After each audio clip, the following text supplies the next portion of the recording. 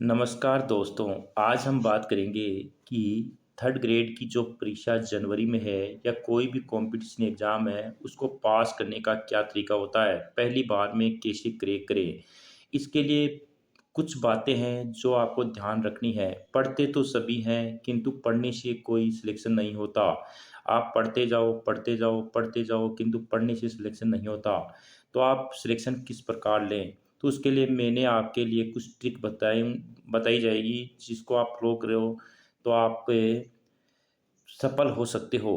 तो सबसे पहले आप किसी भी परीक्षा की तैयारी कर रहे हो तो उसका सिलेबस निकालें। सिलेबस निकालने के बाद उसको सिलेबस को एनालिस करें तथा उसको देखें कि किस भाग का कितना नंबर का है। तो सबसे पहले सिलेबस निकालें। उसके बाद उस सिलेबस को एक एक टॉपिक वाइज पढ़ें अतः उसकी थ्योरी पढ़ें, टॉपिक वाइज पढ़ें, अन्य चीज़ें नहीं पढ़ें। यदि आपके मान लो राजस्थान की मृदा है तो मृदा ही पढ़ें, राजस्थान की नदियां हैं तो नदियां ही पढ़ें, अन्य कोई जैसे राजस्थान का उद्योग नहीं दे रखा सिलेबस में, उद्योग मत पढ़ो। यानी टॉपिक वाइज पढ़ें और उसके जो टॉपिक पूरा हो गया उसके निशान लगाते जाएं कि ये टॉपिक पूरा हो गया है। तो एक बार अच्छी तरह सिलेबस करें। सिलेबस के साथ साथ जो टॉपिक आपने पढ़ा है, जैसे आपने राजस्थान की नदियाँ पढ़ी तो नदियों के ऑब्जेक्टिव क्वेश्चन उसी समय निकालें जिससे वो टॉपिक बहुत अच्छा क्लियर होगा। ऐसे करते जाएं। जैसे मर्दा का पढ़ा तो मर्दा के ऑब्जेक्टिव निकालें। जैसे आपने राजस्थान की कला संस्कृति का कोई टॉपिक पढ़ा, जैसे राजस्थान के मेले पढ़े तो मेले के ऑब्जेक्टिव निकालें। यानी थ्योरी के साथ साथ आप ऑब्जेक्टिव भी निकालते जाएं जिससे आपका टॉपिक क्लियर होगा। तो पहले तो आप पूरी तरह से अच्छी तरह से सिलेबस को पूरा करें। सिलेबस पूरा करने के बाद आप कोई भी ऑब्जेक्टिव बुक ले आएँ जिसमें पूर्व में आए एग्ज़ाम में आई हुई प्रश्न हो, जैसे दिशा 2020 आती है जो सबसे अच्छी किताब है।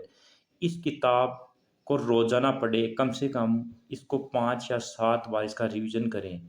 बार-बार रिवीजन करें और जो आपकी थ्योरी पढ़ी हुई है उसका भी रिवीजन चालू रखें। यानी समय को 2 भागों में बाँट लें। सुबह के समय में केवल थ्योरी का रिवीजन करें और शाम के समय केवल ऑब्जेक्टिव 2 जो पिछली परीक्षाओं में आए हुए हैं उनका रिवीजन करें। और उसके बाद जब आप थ्योरी प्लस ऑब्जेक्टिव यानी पिछली परीक्षाओं में आए हुए प्रश्नों का रिवीजन करोगे तो आपका सिलेबस बहुत अच्छी तरह से तैयार हो जाएगा। उसके बाद मॉडल पेपर निकालें।